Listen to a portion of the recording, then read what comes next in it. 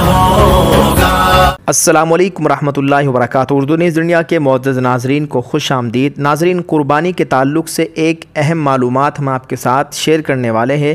یہ دارالعلوم دیوبند کا فتویٰ ہے۔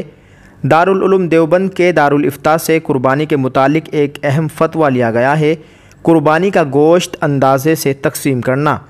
ناظرین، دارالافتاء سے سوال کیا گیا ہے کہ کیا عید الاضحیٰ میں کیا 7 حصے والے قربانی کے جانور جیسے بھینس، اونٹ وغیرہ جس میں ایک سے زیادہ حصے دار ہو، اس کا گوشت بنا وزن کیے صرف اندازے سے حصوں میں تقسیم کر سکتے ہیں جبکہ سب حصے دار راضی ہو؟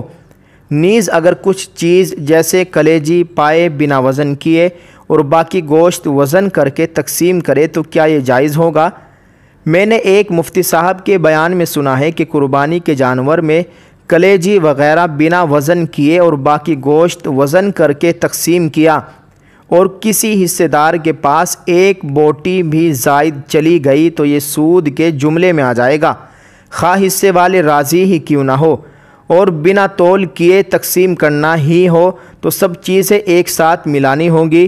ہمارے علاقے میں یہ طریقہ مشہور ہے کہ عید الاضحیٰ میں جانور کی کلیجی پہلے حصے والوں میں بنا تول کیے بانٹ لی جاتی ہے اور بعد میں گوشت وزن کر کے تقسیم کیا جاتا ہے جس پر سبھی حصے والے راضی ہوتے ہیں۔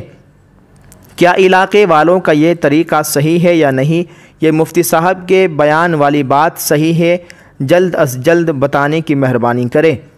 ناظرین، جس کا جواب دارالافتاء دارالعلوم دیوبند سے آیا ہے وہ لکھتے ہیں کہ صورت مسئولہ میں حکم یہی ہے کہ قربانی کے جانور میں اگر کئی افراد شریک ہوں اور گوشت، کلیجی و دیگر اجزاء الگ الگ تقسیم کیے جائیں تو وزن کر کے تقسیم کرنا ضروری ہے، اندازے سے تقسیم جائز نہیں ہے، خواہ تمام شرکاء اندازے سے تقسیم کرنے پر راضی ہوں۔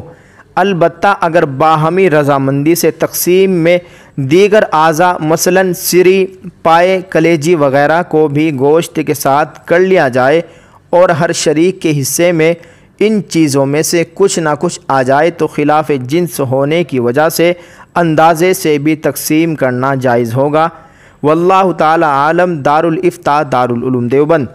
ناظرین، یقیناً یہ بہت اہم جانکاری ہے، آپ سے گزارش ہے کہ آپ اس کو شیئر کریں۔